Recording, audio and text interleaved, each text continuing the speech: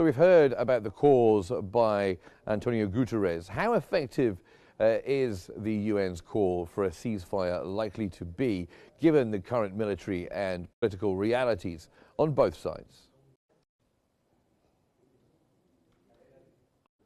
Good evening. I think the UN calls at the moment to end the conflict between Iran and Israel might actually not be very feasible on the ground because of the Israeli persistence to continue the military operations against Iran. Israel is aiming at minimizing and undermining the Iranian defenses and capabilities, and on the other hand, Israel is also aiming at destroying weakening the nuclear capabilities of Iran, so that they do not constitute a threat in the future.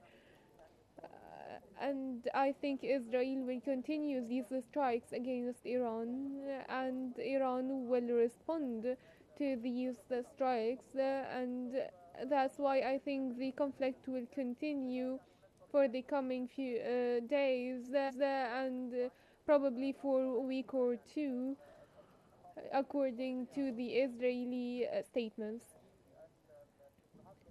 These UN calls might not actually be achieved on the ground. Oh, okay. And what would you say might be the consequences of a prolonged Israel-Iran war for the broader Middle Eastern region?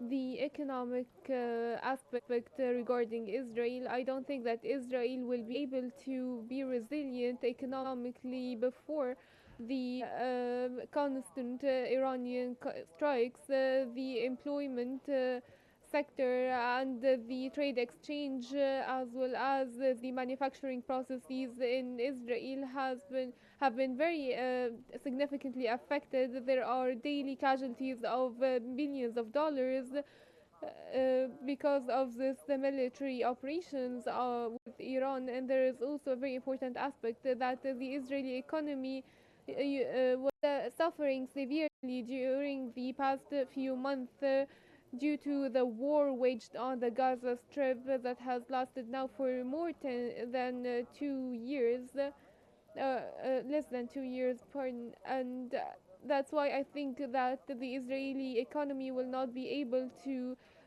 hold for any longer. And on the other hand, I think if the Iranian-Israeli conflict continues for the coming period, Iran might resort to procedures or strikes that will affect the world economy. Iran threatened that they might shut down the Hormuz Strait and the Arab Gulf before the world trade movement, which will affect the entire world and the international economy.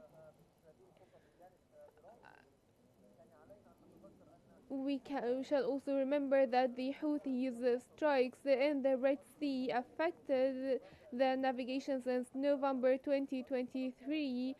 They have had a great and significant impact on the world economy, and this was reflected in Western and US reports regarding these casualties.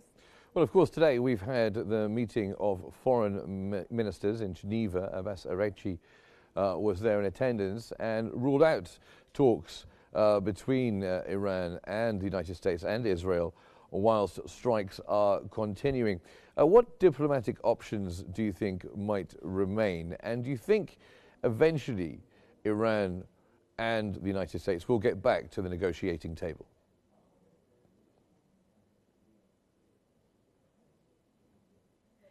Iran so far is refusing to sit on the negotiation tables with the United States of America because Iran considers the United States is a partner in the military operations waged by Israel against Iran since the 13th of June.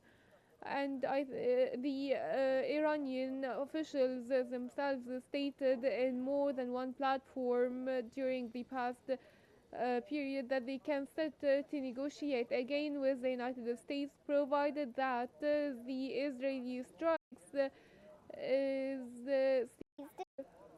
I think that Iran and the Iranian government is ready to get back to the negotiation table if the war ends and stops now, because they are still targeting Iranian defenses and civilian sites and nuclear sites inside Iran.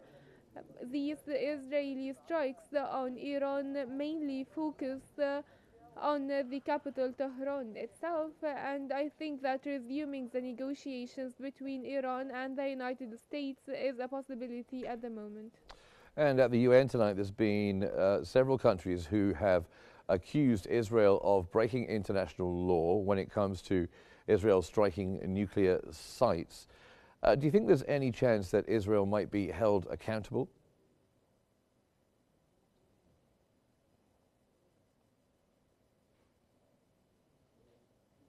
I think if Israel was to be held accountable for their actions in Iran, they would have been also held accountable by the international community for what they did in the Gaza Strip for months.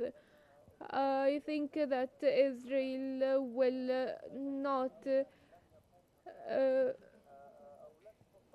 Israel will not be held accountable, or no pressures will be practiced against them at an international level. Israel has always been successful to evade punishment for their actions, and what has been done in the Gaza Strip is way worse than what they have done in Iran, and that's why I don't think it's possible for the upcoming period to see Israel held accountable.